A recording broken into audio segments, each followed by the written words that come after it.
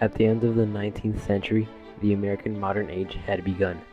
Skyscrapers had started to rise throughout the numerous cities, and American ideas had become inventions. For example, the light bulb.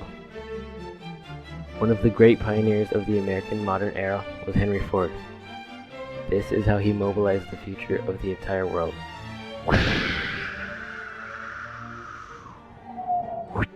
Henry Ford was born on July 30th, 1863 in his father's farm near Dearborn, Michigan. Although his father was a farmer, Henry Ford showed an intense fascination with machines at a young age.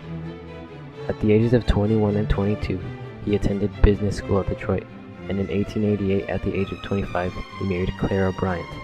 In 1892, they moved to Detroit. Their son Edsel was born in 1893. At around this point in his life, Henry Ford had started experimenting with homemade gasoline engines. 3 years later, he first tested out his own self-built vehicle, the quadricycle. In 1901, Ford raced a homemade car called the 999 against Alexander Winton in a 10-mile race. His 999 had a top speed of approximately 92 miles per hour. At first, Winton was winning, but he could no longer finish the race after the 8th mile because of mechanical problems. Ford's victory in this race attracted investors who helped him form Henry Ford Co. After about a year, Henry Ford left. Ford left the company because he wanted the cars to be for the ordinary working man, but the company had different ideas. They wanted to make it for the upper-class people.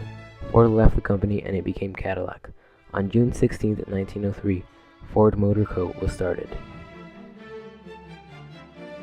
In the first year, Ford produced its first car, the Model A. 3 years later, in 1906, Ford's sales had surpassed the sales of Oldsmobile, Cadillac, and Buick combined and became the #1 American automaker. Ford Motor Co. held this position for 20 years.